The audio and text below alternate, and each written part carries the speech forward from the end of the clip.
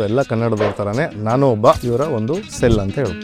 Movie ಹೇಗೆ? First Kannada standup comedy start ಮಾಡಿದ್ದು, ಆಮೇಲೆ ಕನ್ನಡ DJ ಪಾರ್ಟೀಸ್ ಅಂತಾನೆ ಎಕ್ಸ್ಕ್ಲೂಸಿವ್ ಆಗಿ ಮಾಡಿದ್ವಿ. ಲಾಕ್ಡೌನ್ ಆದಮೇಲೆ ತಿಕ್ಲು ಥರ ಅಲ್ಲೇ ನಾನು ಹಾಳಾಗಿದ್ದು. ಅಲ್ಲು ಅರ್ಜುನ್ ಕಟೌಟ್ ಇಳಿಸ್ತಾರೆ, ಪ್ರದೀಪ್ ದೊಡ್ಡ ಕಟೌಟ್ ನಿಲ್ಲಿಸ್ತಾರೆ, ತ್ರಿವೇಣಿ ಥಿಯೇಟರ್ ಹೌಸ್ಫುಲ್ ಆಗುತ್ತೆ. ಅವಾಗ ಒಂದು 20 ಜನ ಕುಡುಕರಿಗೆ ಟಿಕೆಟ್ ಕೊಡ್ತೀನಿ. ಅವ್ರು ನೋಡ್ಬಿಟ್ಟು ಬಂದು ನಂಗೆ ಬೈದು ಹೋಗ್ಬಿಡ್ತಾರೆ. If you have a stupid idea you have a stupid market. ನಾವು Rajkumar sir photo, Appu sir photo ಹಾಕಿ ರಿಲೀಸ್ ಡೇಟ್ ಹಾಕಿದ್ವಿ. ಎಲ್ಲಿ ಹೋಗ್ತಿದ್ದಾರೆ ಕನ್ನಡ ಕ್ರೌಡು? IPL ಅವಾಗ ಸ್ಟಾರ್ಟೆಡ್ 2008. ಅವಾಗಿಂದ ಯಾರೂ ಬಂದಿಲ್ಲ. ರೀಸನ್ ಒಂದೇ, ವಿರಾಟ್ ಕೊಹ್ಲಿ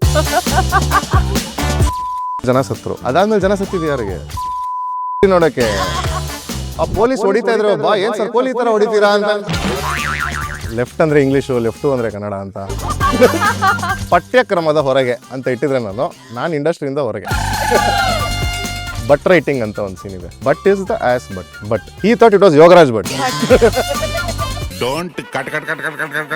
ಅಚ್ಯುತ್ ಸರ್ ಸಿಕ್ಕರಂತೆ, ಸರ್ ಏನು ಸರ್ ಔಟ್ ಆಫ್ ಸಿಲೆಬಸ್ ಚೆನ್ನಾಗಿ ನಡೀತಿದೆ, ಎಗ್ಲ ಮೇಲೆ ಕಾಯ್ಕೊಂಡು ಡೈರೆಕ್ಟರ್ ನಿಮ್ಮ ಫ್ರೆಂಡ್ ಏನ್ರಿ ಇಷ್ಟು ಸುಧಾ ಬರೀತಾರೆ.